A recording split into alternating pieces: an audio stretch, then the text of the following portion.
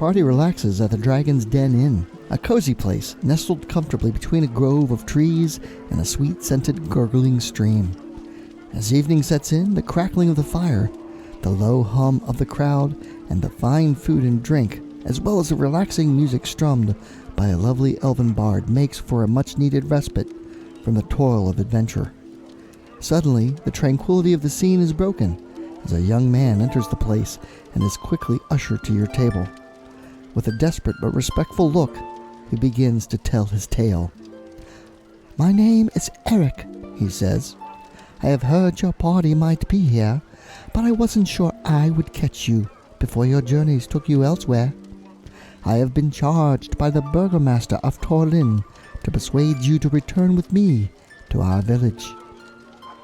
With that, he unscrolls an official-looking parchment and begins to read.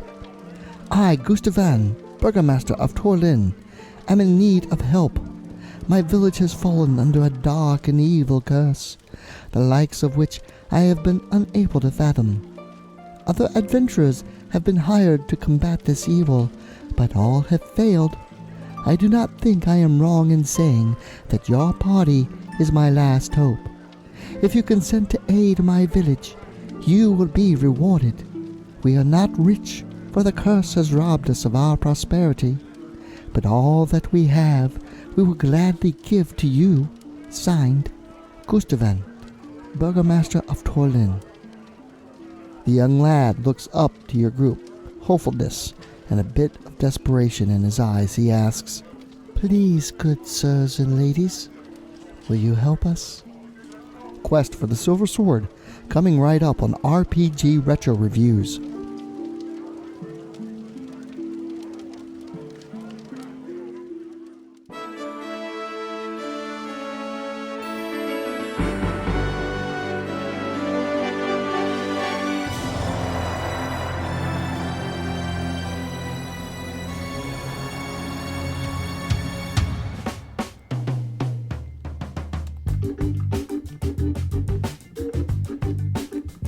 Hello everyone, I'm Captain Courageous, and I review old school modules and games and try to give them a fun and informative analysis. This week, turning my Wayback Machine to 1992 with a fun look at TSR's first Thunder Rift adventure.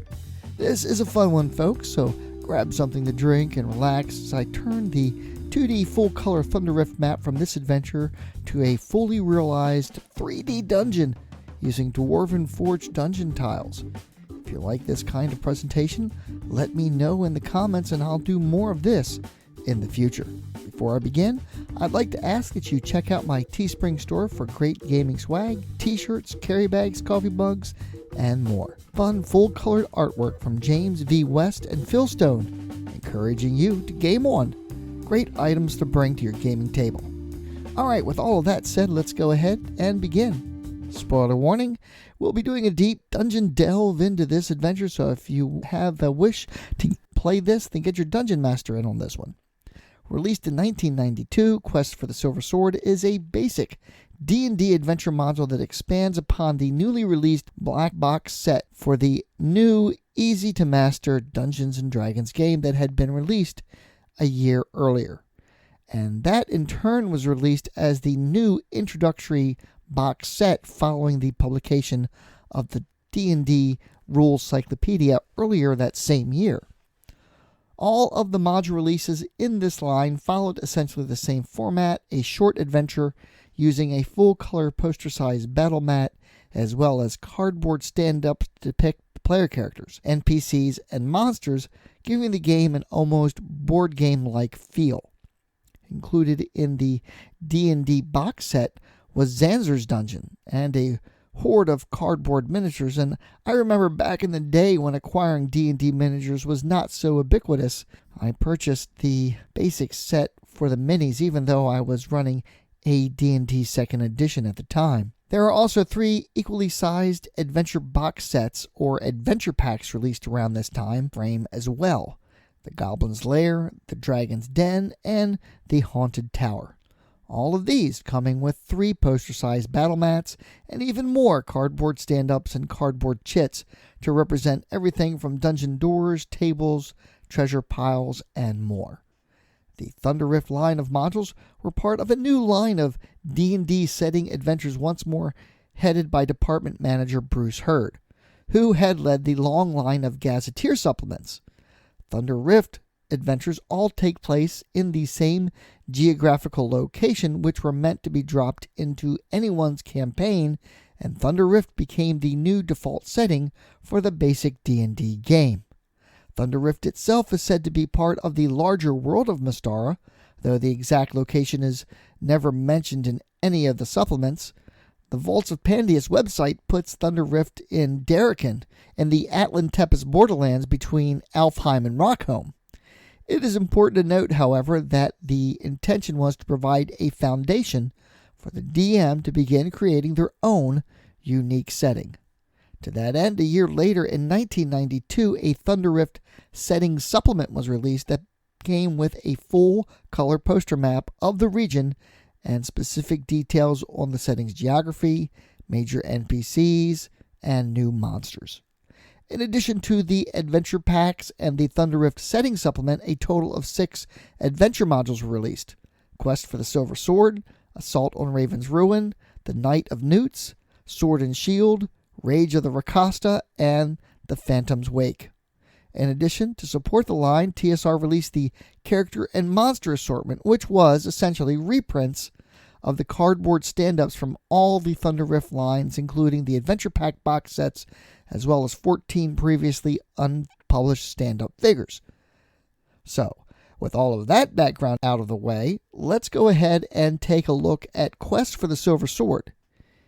Here is the supplied poster map from the adventure, and here is my conversion to Dwarven Forge 3D terrain pieces. This was a lot of fun to put together, and it turned out pretty nice if I do say so myself. Now, as to the adventure, the core setup is that from the teaser introduction to this video. After Eric manages to convince the PCs to help his village, he takes them away in a rather comfortable carriage. Eric is the driver, and the journey takes about 3 days' travel. As the carriage arrives into the village of Torlin, the valley is noticeably colder despite the fact that this is summer and this should be the warmest time of the year. Burgomaster Gustavan proves to be a kindly, heavy-set man with dark hair, a thick mustache, and sporting a silver-framed monocle. He thanks the PCs for coming, and clearly the man is desperate. He explains that the source of the trouble is a ruined keep that was once home to a mad wizard named Barrick. Trappers have seen rat-like creatures around the place, and he had sent another party of adventurers 3 springs ago to look into the matter, and they have never returned. He can offer little in the way of reward, but the keep is rumored to contain treasure, and of course the heroes are welcome to whatever they find within. If the characters are amicable to the terms, then after a relatively short hike of about 2 hours, play moves to Barrick's ruined keep and begins on the provided map, in the area marked Start Here. Note that this sort of setup is super easy to run for young beginning dungeon masters, and while this is certainly very basic for experienced players and DMs, this could still prove to be a fun adventure with a little modification. And if you were looking for something fun to run for some youngsters that you know looking to get into D&D, this makes for a great second adventure, as it's meant for character levels 2 to 3, essentially assuming that the players probably played through Zanzar's dungeon from the original box set. Or you could just allow the players to start with higher level characters. For ease of reference, the poster map of the dungeon is condensed on the inside of the cardstock cover, and the box text for each of the rooms is reprinted here as well, making the setup super easy for new dungeon masters to run. The body text gives great descriptions of additional secret content, how to handle potential and likely character actions, as well as the tactics of the monsters that might be encountered here. The entry door to the keep is battered and broken and leads to an entry hall. While clearly once richly decorated, most of it has succumbed to the ravages of time. Note that door placement on the Dwarven Forge map is my own, and the original map had no doors. The entry hall offers 3 potential avenues of progress, 2 doors on the northern wall and another faces east. Room 1 is the cloakroom, and here the racks have collapsed and any clothing now lies tattered and decayed. And in addition to some debris such as rotting wood, rusty metal, and moldy leather, a scratching noise can be heard within. Disturbing the room's contents, a PC will discover a nest of giant rats, which would be none too happy about the incursion into their home. Room 2 is a sitting room reached via the parallel portal to the cloakroom. Once a comfortable and well-appointed visitors area, it is now lost to rot and decay. Notably, a yellowed skull rests on an old table, the top of which is hollowed out and a stubby candle is inserted, giving it a potential jack-o'-lantern look. This is the skull of the mad wizard Beric, who once inhabited the place. His spirit still lingers about, attached to the thing, watching his keep for eternity. Smashing the skull or removing the candle frees the spirit, and the skull explodes for 2d4 damage to every character in the room. However, lighting the candle will bring forth the ghostly image of the dead wizard Beric, who declares an evil presence resides within his castle. Magic users and elves will scream in pain and fall momentarily unconscious. Unhurt, their intelligence score is now raised by 1 point. If their score is already 18, then they get 1,000 experience points. Regardless, the magic users are now fully healed of any wounds they may have received.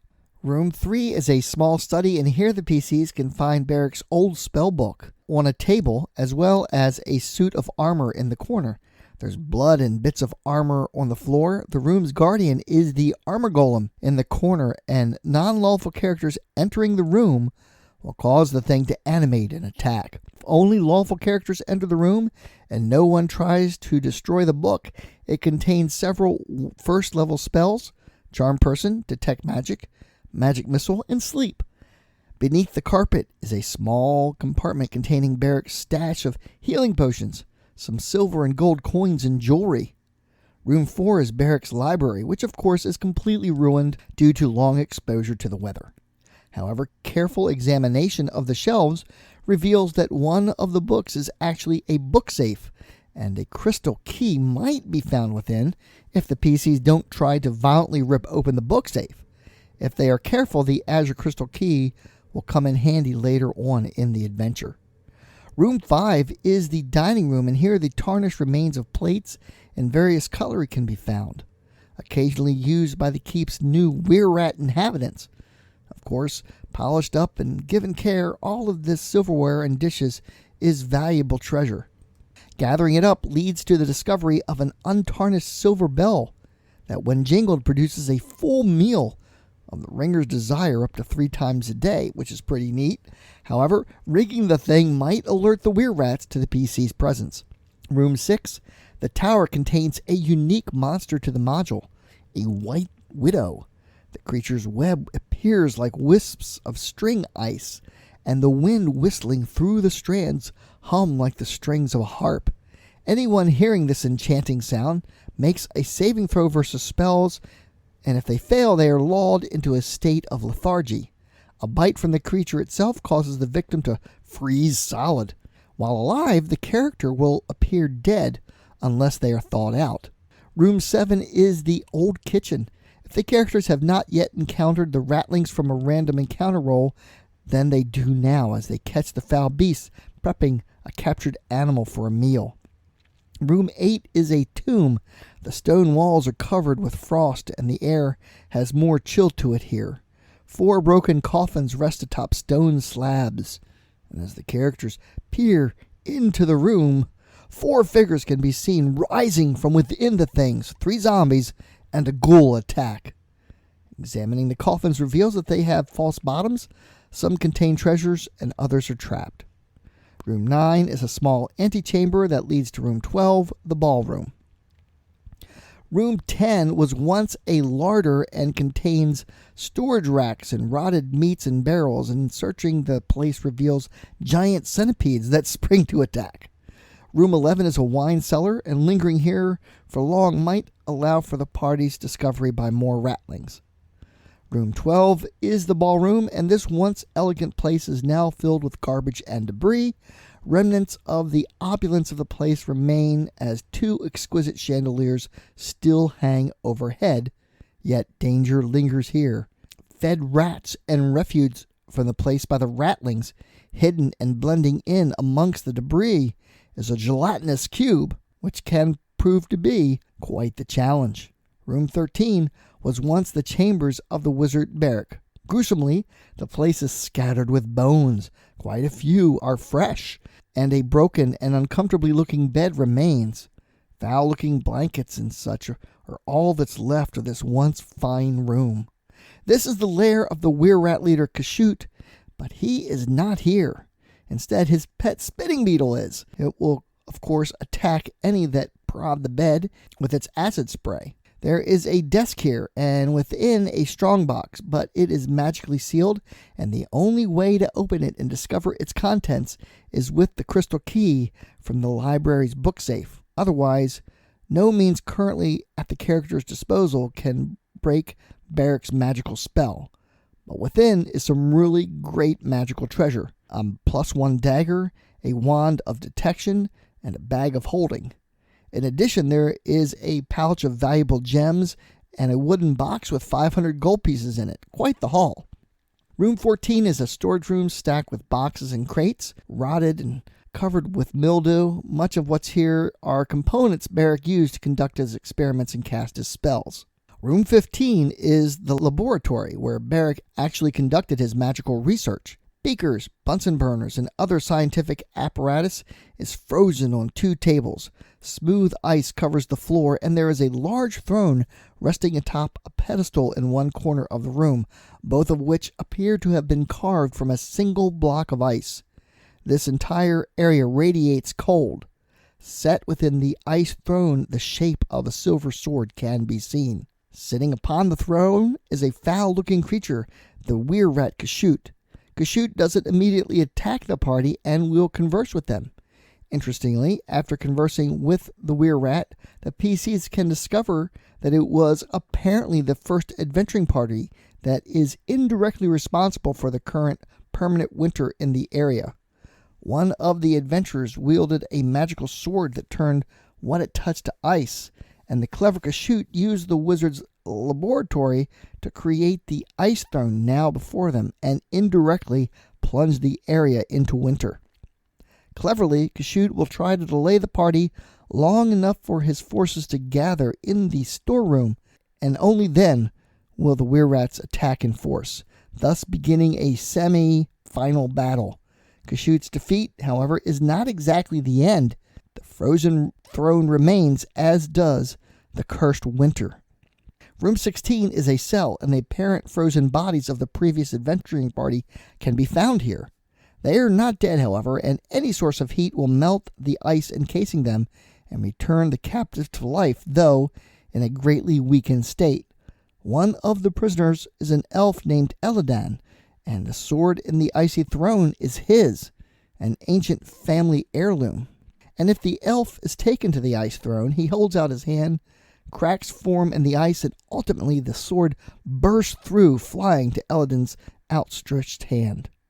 However, this is when things take an interesting turn. The ice throne begins to churn and change shape, a humanoid shape rising with a cry of anger and pain. An ice golem emerges from where the throne once was, and defeating this once-trapped spirit finally lifts the curse on the valley. The heroes are victorious, and over the next several days, the ice melts and the weather slowly returns to normal. Of course, the PCs can return to Toralin and receive a proper hero's welcome.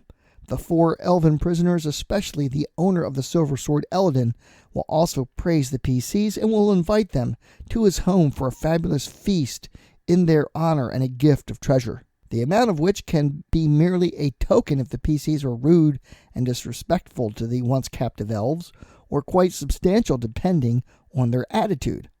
Cover art for this module is by Jeff Easley. The poster map and stand-up art was by Robin Rabb, and the interior art, such that there is of it, was done by Carl Waller. This module is available from DriveThru RPG for just $4.99. and eBay prices vary wildly from $30 to $100 depending on whether or not the poster map and stand-ups are still included. Note also, you can get the virtual tabletop version for Fantasy Grounds on Steam for just $9.99. So let's go ahead and take a look at Quest for the Silver Sword on my D20 scale of style, presentation, and value. It's really interesting to look at the trade dress for these mid-1990s D&D modules. They are not near the quality of the earlier Gazetteer series, and it's clear there's been a bit of cost cutting on certain elements to allow for the inclusion of these stand-up figures in the poster map. The original price on this adventure was only $6.95 US. I don't find Carl Waller's interior artwork, what there was of it, all that exciting. It's certainly not horrid, and it's functional, but it just seems to lack the passion that earlier works contained.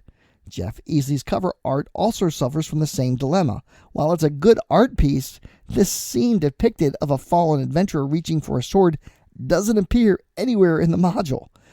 The highlight of the module is, of course, the poster battle mat, and it's very well rendered. As you can see here, though, given the layout and the interior cover, identifying the individual rooms, having the numbers printed directly on the map seems a misstep and a bit redundant. The stand-ups themselves are also pretty neat, and I remember using them extensively for my AD&D game in the 90s, and if you are looking to get some super cheap minis, the scan of the stand-ups for this PDF are really good, as you can see here, so still a great value. I'll rate this a 14. The presentation is quite good here. Really, this is how you write an adventure for young and new dungeon masters. Everything is well explained, from the actions of the NPCs to explain how certain things happen depending on what the player characters do. If you have a group of young players interested in learning to play Dungeons & Dragons, this is a great starter module with plenty of toy value and eye candy to keep them engaged. There's descriptive box text to read to the players, and while the layout of the dungeon is small, the design allows for several avenues of exploration, which is key to good dungeon design. The PDF does not chop up the poster map, so you can have it printed out at an office store or even use it in a virtual tabletop. You could also just draw it out on your battle map, or as I did, render it in 3D Dungeon Tiles, if you have those at your disposal. This would make a great one-shot at a kid's party, at a convention, or what have you. I really like the delicate crystal key that can be broken and is needed to get to the really good magical treasure found later in the adventure. The final battle looks like a lot of fun. The module rewards curiosity and good exploration and caution, and punishes murder hobo tactics. All of that said, the module itself is actually incorrectly named. This is not a quest for the Silver Sword. The PCs are not meant to keep the sword, and it will slip from the hands of anyone trying to take it from its proper ancestral owner, the elf Eladin. Thus, it can't even be used in the final battle against the ice golem. I'll rate this a 16. Finally, let's talk value. Obviously, trying to get a hold of a good physical copy of this thing is probably not worth the effort. The poster map would be nice to have, so unless you are a collector, the better option would be to buy the PDF and take the file to your local printers and have them printed out for you, which would probably be cheaper.